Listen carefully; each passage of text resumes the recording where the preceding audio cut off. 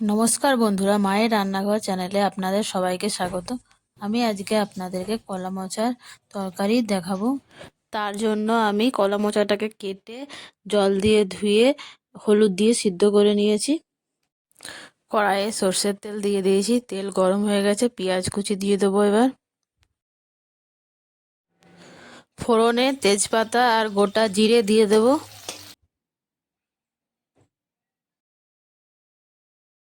লঙ্কা দিয়ে দেবো।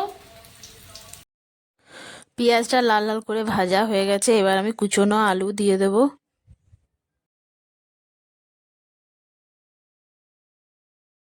আলুগুলো হালকা লাল লাল করে ভেজে নেব। আলুগুলো লাল লাল করে ভেজে নিয়েছি, বেশি লাল লাল করার দরকার নেই। এবার আমি সেদ্ধ কলা মোচাটা দিয়ে দেব।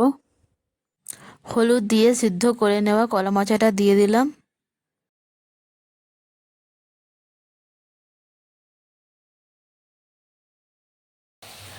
এবার আমি কিছু গুঁড়ো মশলা দিয়ে দেব।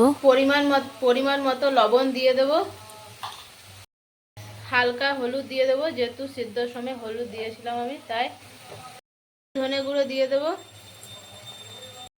কাশ্মীরি লাল লঙ্কা গুঁড়ো দিয়ে দেব। সবজি মশলা দিয়ে দেব। আদা রসুন লঙ্কা বাটা দিয়ে দেব। এবার আমি